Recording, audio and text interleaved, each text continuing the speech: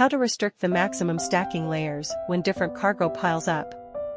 You may often encounter the following occasion: when different SKUs can be mixed to stack together. Due to their features, they cannot be stacked for too tall, which means the max stacking layers should be restricted.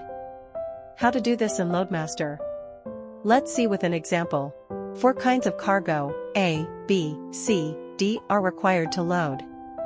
We know their quantities, sizes, and weights. They can only be loaded with their heights vertical to the ground. Only cargo A and B can stack with each other, and they can stack for no more than 6 layers. Also, heavy cargo cannot be placed on top of light ones.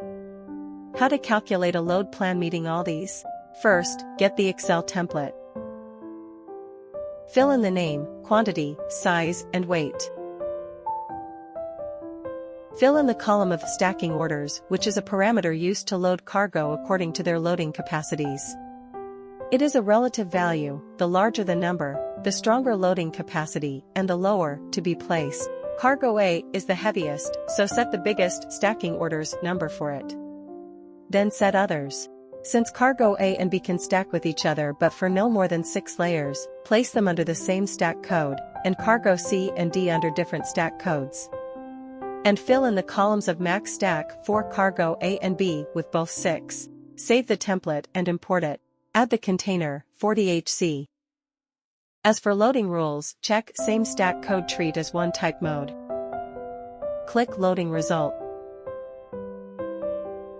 Then we can see from the 3D load plan that when cargo A and B are stacked together, they don't exceed 6 layers.